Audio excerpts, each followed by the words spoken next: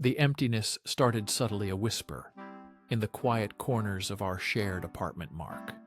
And once we were a symphony of two souls. Now we were just two separate melodies playing in different rooms, pretending to harmonize. He was a good man, a kind man, a dependable man. But somewhere along the way, dependable had become predictable, and kind had morphed into a quiet indifference. I craved fire, a storm, a passion that felt lost beneath the weight of routine. I told myself it was just a phase, a lull. Every long-term relationship has its moments, but the moments stretched into weeks, then months, and the chasm between us grew wider. Then came David. He walked into my life like a sudden summer storm, unexpected, exhilarating, dangerous. He was everything Mark wasn't: spontaneous, vibrant, full of an energy that made my own stagnant heart beat a little faster. We met at a charity gala, an event. I dreaded a place where Mark was more interested in networking than connecting with me, David. Though he saw me, he truly saw me. We talked for hours about everything and nothing, the way light reflects on water, the meaning of art, the fleeting nature of happiness. It was intoxicating, a reminder of a part of myself. I thought I had lost the messages. Started innocently enough friendly banter, late-night discussions, that quickly became deeply personal. I felt a thrill I hadn't felt in years, a secret excitement that both terrified and thrilled me. I knew what I was doing was wrong, a betrayal of the vows I had made to Mark, but I felt like I was drowning and David was offering me a lifeline, even if that lifeline was made of forbidden rope. The first touch was accidental. A brush of hands over a shared document, a prolonged eye contact that sent shivers down my spine. My heart hammered against my ribs, a frantic bird trying to escape its cage. The guilt was immediate, a cold clutch in my stomach, but it was quickly overshadowed by a flush of heat, a desperate longing to feel something real, something alive again. Mark was home, sleeping peacefully, oblivious to the earthquake rumbling beneath my feet. Our clandestine meetings became more frequent coffee dates that turned into long walks, stolen moments in quiet cafes. Every glance, every shared laugh was a dangerous dance on the edge of a cliff. I justified it to myself. David understood me in a way Mark no longer did. He made me feel beautiful, intelligent, desired. He made me feel like the woman I once was before. Routine dulled my edges. The first kiss, it was rain-soaked under a flickering streetlight, a blur of longing and desperation. His lips on mine tasted of freedom and sin. I pulled away breathless, my mind screaming no, my body pleading yes. I went home that night, my skin still tingling with the ghost of his touch. Mark was asleep, snoring softly beside me. The innocent sound felt like 1,000 needles pricking my conscience. I lay awake for hours, staring at the ceiling, a knot of guilt and desire twisting in my gut. The lies became easier. A second skin, I became an expert at dodging questions, at concocting plausible excuses for my late nights, my changed plans, my sudden bursts of unexplained happiness or sadness. I hated myself for it, for the deception, for the mask I wore. But the thought of losing David, the thrill he brought into my life, was a powerful addiction, a drug I couldn't quit one evening. Mark said something. He asked if everything was all right, if I was happy.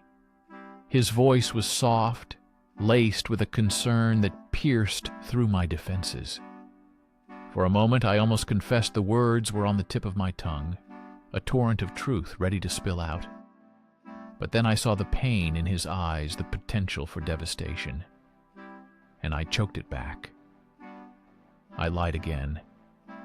A hollow reassurance, a smile that felt brittle.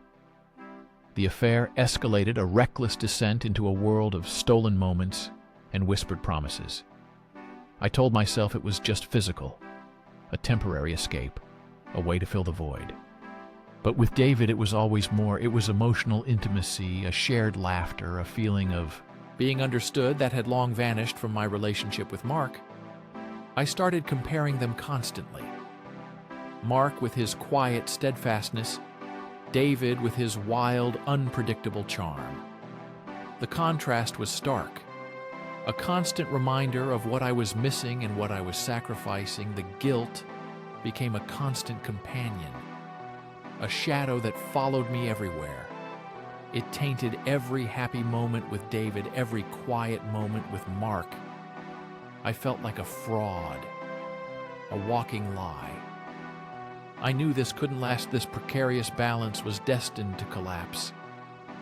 I lived in a perpetual state of anxiety, waiting for the other shoe to drop, for the inevitable discovery. It happened on a Tuesday a day. I will never forget Mark found a text message. A casual, innocent message from David that somehow revealed everything. A name, an inside joke, a hint of intimacy that screamed betrayal. His face, when he confronted me, was a mask of utter shock and pain. A look that will haunt my nightmares forever. The quiet man who had been indifferent for so long suddenly unleashed a storm of raw hurt and anger. The words we exchanged were brutal, sharp edges tearing through years of shared history.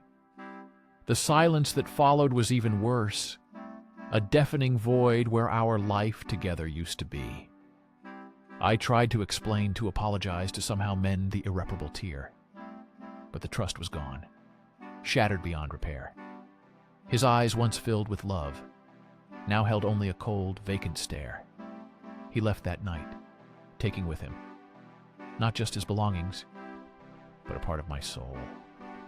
The apartment felt hollow, desolate, echoing with the ghosts of our past and the weight of my terrible mistake.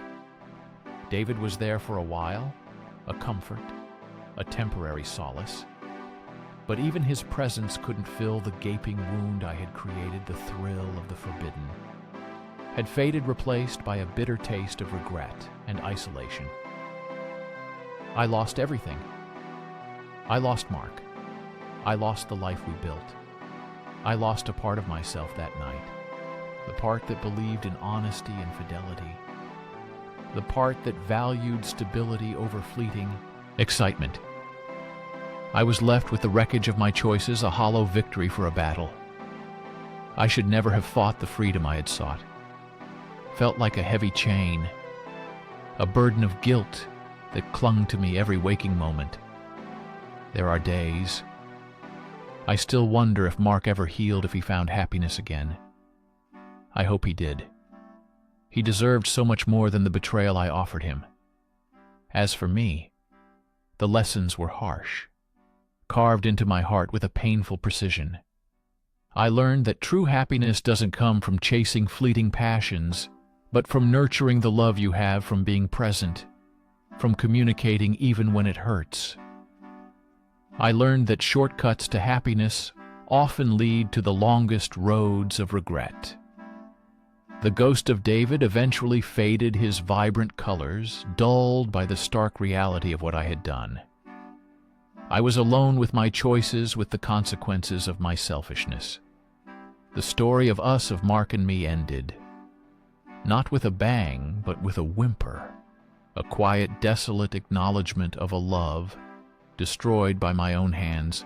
And now I carry that story, a silent burden, a constant reminder of the fragile nature of trust and the devastating power of a moment of weakness. A moment of desire chosen over commitment. A choice that cost me everything. It truly did cost me everything.